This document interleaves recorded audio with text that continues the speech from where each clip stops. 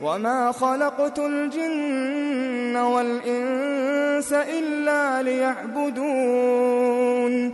Al-Bukhari et Muslim rapporte, d'après Abu Huraira radiyallahu ta'ala anhu, que le messager alayhi salatu salam a dit: lorsqu'un mari invite son épouse à partager le lit conjugal et qu'elle s'y refuse, alors les anges la maudiront jusqu'au matin s'il passe la nuit mécontent d'elle. Bukhari Muslim. Vous avez bien entendu? Lorsqu'un mari invite son épouse à partager le lit conjugal et qu'elle s'y refuse, les anges la maudiront jusqu'au matin s'il passe la nuit mécontent d'elle. Naam. Ça c'est en règle générale. Mais des fois la femme est malade. Des fois elle est très fatiguée. L'homme et l'époux devraient aussi, naam, donner de l'importance à cela. Naam. Comme il aime avoir des plaisirs, il faudrait aussi qu'il fasse le plaisir de sa femme en ne pas la demandant dans ces endroits difficiles et dans ces moments difficiles. Naam. C'est pour ça que il y a même des situations où il serait vraiment grave de la demander. Naam, si elle vient, je ne sais pas, de subir une opération, elle est là, yani, tout évanouie, et maintenant lui il va demander ces choses, c'est que celui-là vraiment, yani, naam, il ne voit pas loin miskin. Tayyib.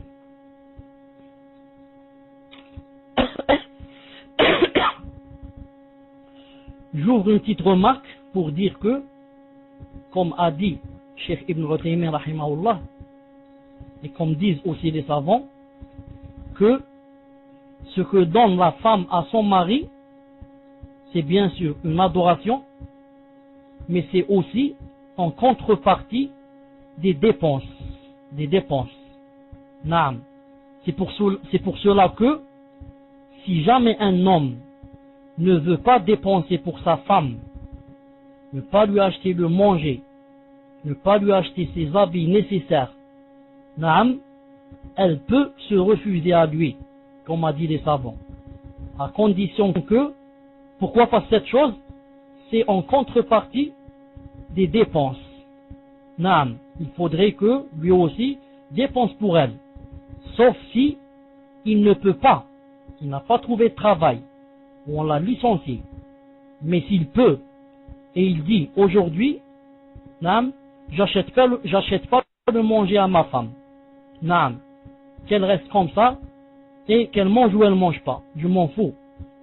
Ce soir-là, si elle veut, ou ce jour-là, elle peut se refuser à lui s'il la demande. Car cette chose, c'est en contrepartie des dépenses. C'est pour ça que, si la femme, par exemple, quitte le foyer et va par exemple passer la nuit chez sa mère, elle a fait 2 péchés.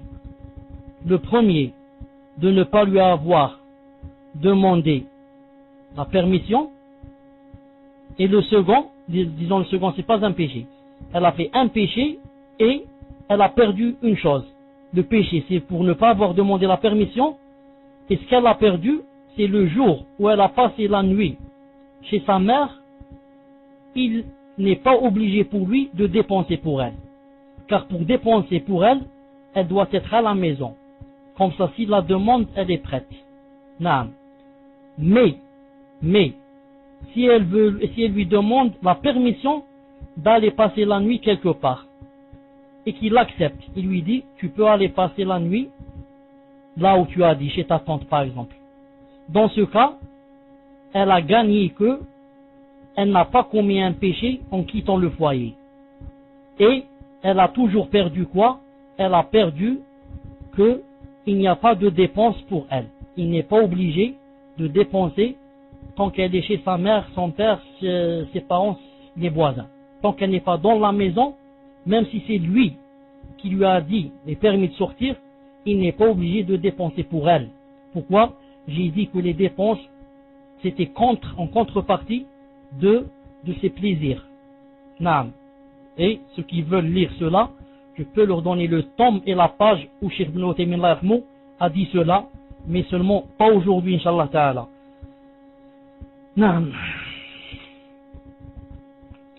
Un autre hadith dit que le prophète sallallahu alayhi wa sallam a juré et a dit: par celui qui détient mon âme en sa main, c'est-à-dire c'est Allah Ta'ala, aucun mari n'invite son épouse à partager le lit conjugal et qu'elle refuse sans que celui qui est au ciel soit en colère contre elle jusqu'à ce que son mari soit satisfait d'elle.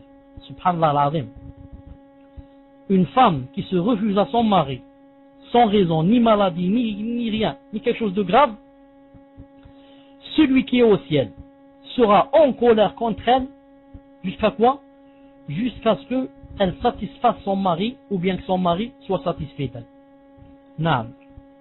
Vous avez remarqué qu'il a dit celui qui est au ciel sera en colère contre elle. Qui est au ciel? C'est Allah subhanahu wa ta'ala. Les Habash et les Ash'arites et les autres disent qu'Allah ta'ala n'est pas au ciel, n'est pas au-dessus des cieux.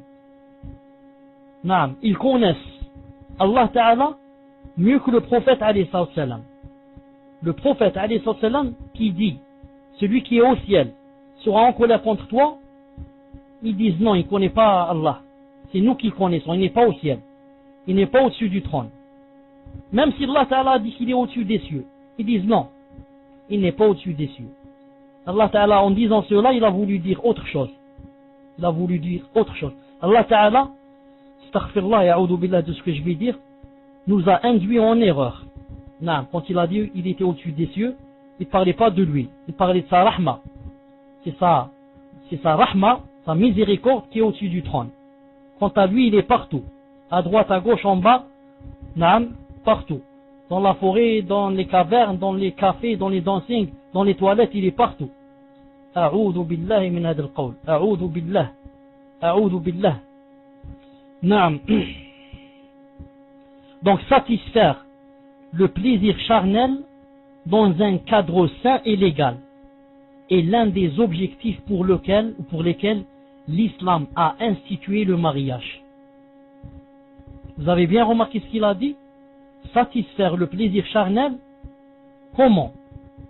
Dans un cadre sain et légal. Ce n'est pas dans le haram. Non, dans un cadre sain et légal.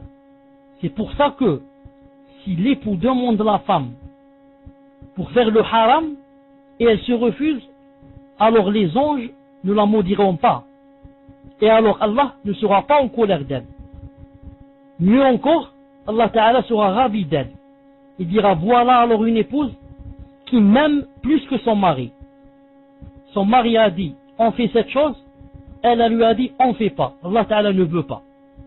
Toi tu veux, Allah ne veut pas. Et moi, je suis obligé de choisir entre toi et Allah. J'ai choisi Allah, car c'est lui envers lequel je vais revenir. Et demain, quand il va me jeter en enfer, toi tu ne pourras rien. Tu ne pourras rien et tu ne feras rien. Ce n'est pas dans tes capacités. Naam. Alors il a dit, c'est pour cela que l'islam a institué le mariage. Il est par conséquent du devoir de la femme de satisfaire la volonté de son mari, de partager ce plaisir et de ne pas se dérober en avançant des prétextes futiles ou non fondés. Naam. Quand la femme, son mari l'appelle, il y a un hadith, peut-être qu'il va venir, naam, il va venir, où il dit que même si elle est sur une monture ou bien elle est en train de préparer le pain, elle s'arrête et va faire la chose avec lui et revient. Et elle ne trouve pas des excuses futiles. Et Allah Ta'ala sait si vraiment elle a des excuses ou pas. Car j'ai dit, il est possible qu'elle ait des excuses, qu'elle soit vraiment malade, il est possible. Mais Allah Ta'ala sait. Allah Ta'ala sait. Tu peux tromper ton mari et dire que je peux pas, etc. Mais Allah Ta'ala sait si tu peux ou tu peux pas. Naam. Le messager d'Allah a dit, sallallahu alayhi wa sallam, quand un homme appelle son épouse pour satisfaire son besoin charnel, qu'elle acquiesce, qu'elle dise oui, même si elle se trouve sur le dos d'une monture. Hadith sahih. elle est sur le chameau, elle descend. Ensuite, elle revient sur son chameau. Il a dit aussi, sallallahu alayhi wa sallam, quand un homme appelle son épouse pour satisfaire son besoin charnel, qu'elle réponde, qu'elle dise oui, même si elle est en train de préparer du pain. Naam. Elle dit pas, je m'excuse, je suis en train de préparer des gâteaux. Je m'excuse, je suis avec les makrout et les tcharak. Je m'excuse, demain c'est l'Aïd, je fais les tcharak. Je m'excuse, on laisse la prochaine fois. Elle arrête les tcharak. Elle va laver ses mains et elle va faire la chose obligatoire qui est un devoir pour elle. Naam, elle dit pas je suis en train de faire la pizza. La pizza attend. Moi j'attends pas. C'est la pizza, elle peut attendre. Naam, éteins le fourneau ou bien diminue-le. Après après tu reviens là-bas. La femme doit accorder une importance primordiale à la satisfaction du plaisir charnel de son époux, afin de le protéger contre toute séduction extra-conjugale, et afin de conserver la fidélité qu'il lui doit sur ce plan. Naam.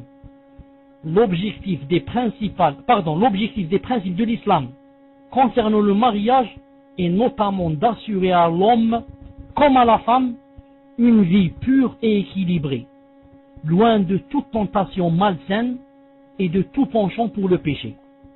Or, écoutez bien, seul le rapport charnel, naturel et légal entre les deux permet d'évacuer les pulsions naturelles de l'être humain.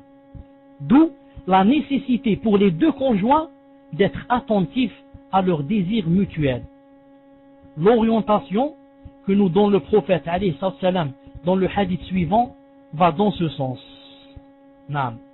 Muslim rapporte d'après Jabir ibn Abdullah radiyallahu ta'ala anhu que le messager d'Allah alayhi salam a dit: lorsque l'un d'entre vous éprouve de l'attirance pour une femme au point que son cœur devient épris d'elle, alors qu'il aille immédiatement à son épouse et qu'il satisfasse son désir avec elle, car ceci écarte de lui ce qu'il avait éprouvé pour l'autre femme. Et dans un autre hadith, elle a, son épouse, exactement ce qu'a l'autre. Elle a exactement ce qu'a l'autre. Naam. Donc le sort réservé à la femme qui provoque le mécontentement de son époux n'est pas de moindre importance. Il engendre un risque qui devrait secouer le cœur de toute musulmane pieuse et l'inciter à être vigilante sur ce plan. Naam. D'après Abdullah ibn Abbas radiyallahu ta'ala anhu, le prophète sallallahu alayhi wa sallam a dit: il y a 3 personnes qui, lorsqu'elles font la salat ne dépasse pas leur tête. Il y a 3 personnes qui, lorsqu'elles font la salat reste au-dessus de leur tête et ne monte pas vers Allah Azza wa Jal. Quelles sont ces 3 personnes? Rajulun amma qawmin wa hum lahu karihun. Quelqu'un qui a guidé les gens dans la prière alors que ceux qui sont derrière lui le détestent et ne veulent pas que ce soit lui qui fasse la prière. Non. Quelqu'un qui ne remplit pas les conditions, quelqu'un un innovateur, quelqu'un ceci, cela, il veut faire la prière, on ne veut pas de lui. Et il veut. Celui-là, il est en train de perdre son temps. Sa salat, sa prière, ne va pas dépasser sa tête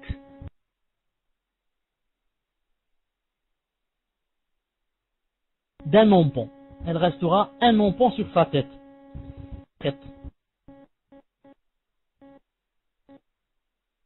Une femme, une épouse qui s'est endormie et son mari elle lui a pas donné ce qu'il voulait.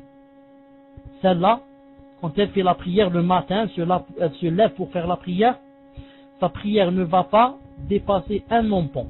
Elle va être comme ça sur sa tête, c'est tout. Elle ne va pas monter chez Allah jusqu'à ce que son mari soit satisfait d'elle. Ça veut dire que si elle meurt, son mari, Allah Ta'ala lui.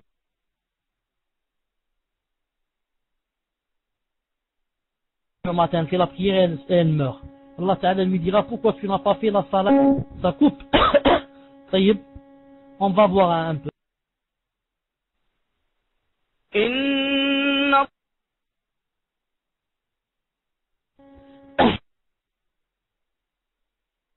السلام عليكم السلام عليكم ورحمة الله وبركاته. هل في صوت؟ طيب. Ibn al-Qayyim, peux-tu me rappeler où est-ce qu'on s'est arrêté? Je disais quoi exactement? La dernière chose que j'ai dite, c'était quoi? Le hadith d'Ibn Abbas, ça? طيب.